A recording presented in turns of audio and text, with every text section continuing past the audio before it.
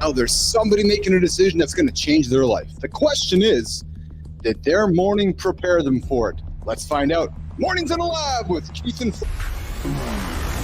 Good morning. Hey, quick reality check. Yeah, the next hour, you're going to make roughly 35 decisions that are going to impact your future. 100 days, 100 hours, 10 spots, one decision that changes everything. I had to say no to a bunch of things in order to say yes. First thing we got to do is we got to eliminate the thought of the snooze button. When the thought is not there, we're moving in the right direction. We got to stop it. Don't even entertain that shit anymore. No human wakes up positive. We all wake up groggy, cranky, or whatever you want to call it. Some people angry, maybe, snappy, irritable. What do you need to do to get on the other side of that? I'm loving this idea of proving the world wrong, that you can teach an old dog new tricks, because I love learning new things. We can choose to be affected by idiots, or we can choose to not be and keep them out of our circle. You got to have tough skin, and you got to realize too, even if these people aren't calling you these names to your face, there are people talking behind your back. So right. You've got to be okay with it. I can't control what happens to everyone. And I know I can't control what happens out of everyone's mouth, but what I can control is what happens out of mine and what I'm perpetuating or not by saying words that I'm saying. Your morning routine isn't just a habit. It's decision training. Every time you hit snooze, you're practicing hesitation. Is that the life you want, to hesitate? Sometimes one morning, it will change absolutely everything. He doesn't just coach performance, he engineers decision-making environments that transform stuck into unstoppable. People can affect how you feel. Never let them affect how you behave, ever. Words matter, that's one. And two, we all have feelings, we're emotional beings, right? We all experience. However, we're able to become conscious of how we want to behave. Mm-hmm. That's called evolving. We're not Teflon, but we do have control.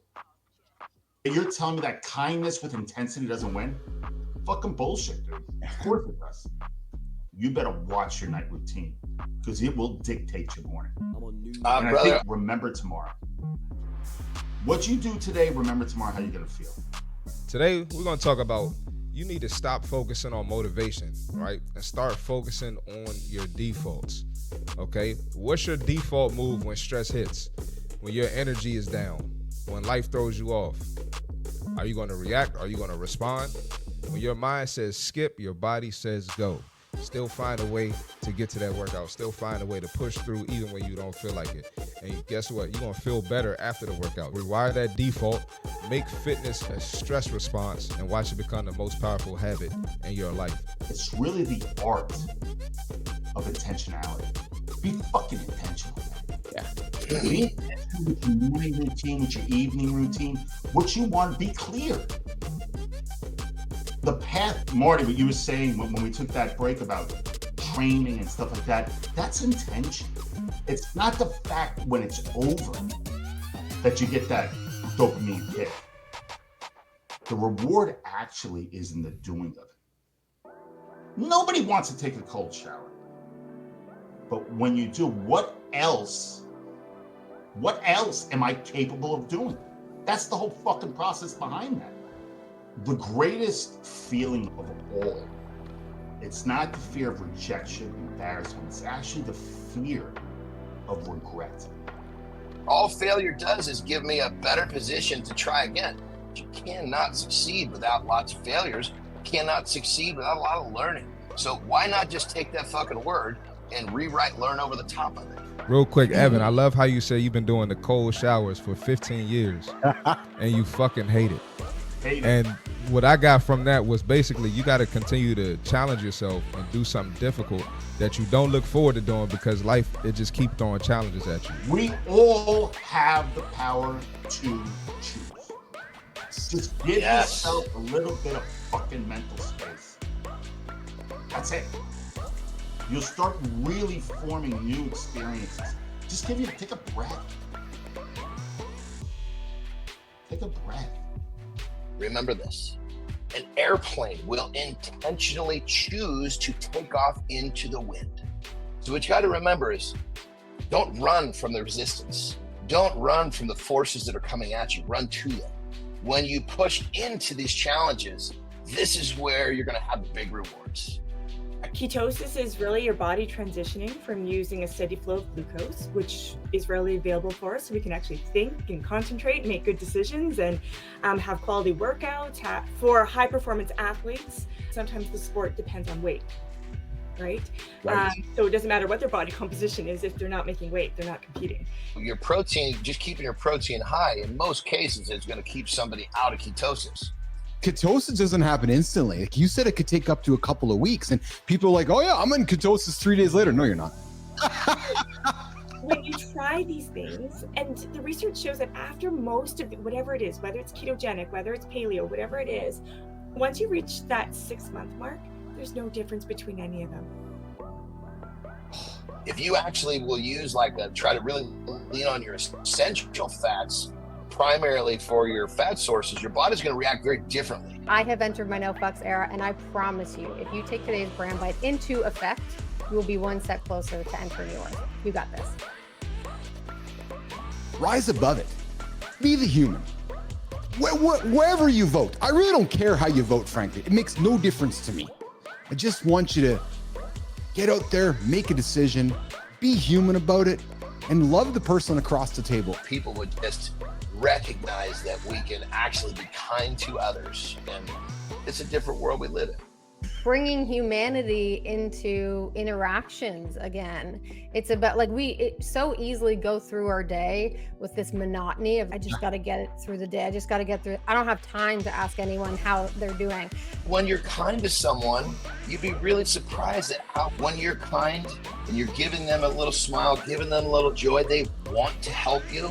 We all have complete control of, we can produce joy for ourselves and others, and it's all works as one. Yeah. Take your piece of power and control that piece of it, that one little thing, and stick with that, because that's going to be way more powerful than sitting there and bitching and moaning about everything that you're unhappy about. Yeah, it's really fun when you're intentional about things. So John, I'm hearing you say it. When you're intentionally kind to somebody, you have that intentional kindness, and then you get something in response. It feels pretty fucking good. You do it to the first person, and your brain will give you some chemicals that makes you want to do it again. Next thing you know, you're saying hi to everybody, you're smiling at everybody, and you're having a fucking great day. I feel good doing this. Yeah, and if the person doesn't want to, if they don't want to respond, they don't want to play ball, no harm, no foul. I get it. I hope you have a better day tomorrow. We often will hold the door for someone, but do it in fucking silence. It's like you hold the door. How are you today?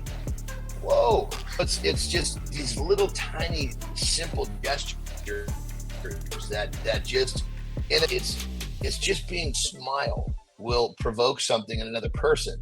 Dude, go to a park, go to a beach, and do walking lunges. It's fucking fun, man. People are like, squats hurt my knees. No shit, you're doing it wrong. Yeah. If you literally, when I teach people to squat, kick your shoes off, pull your toes in the air, squat now. Burpees might be the number one fat burning exercise because nobody wants to do them. Yeah, yes. And when you're doing something you don't want to do, even if it's just 10, you're off to the races. Start your day with a cold shower for 3 minutes as per Evan Marks, and then move to John's favorite burpees and see how you're feeling, because you're probably feeling pretty good. The power of the mind is far more powerful than anything else we have. I don't just need one coach. I need a lot of fucking people. So I learned about nutrition. I learned about athletics. I learned about business, and I learned about all these principles, mental toughness, and I created the business athlete mindset. What we're saying to you is that those gray hairs are value, man. They are value in 2024. They're value in 2025. They're not something you should be embarrassed about. If you are looking for a full experience to change your life, the League of Business Athletes is for you. It's a 100-day program, but when the 100 days is up, Christine, you don't leave. No, you're part of the league forever. They got to know and understand themselves and their story, and they built a personal brand around it. And all of that stuff combined with feeling better about yourself.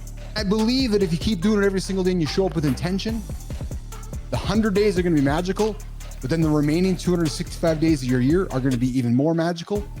Judge somebody based on who they are as a human being, because there's a very distinct difference.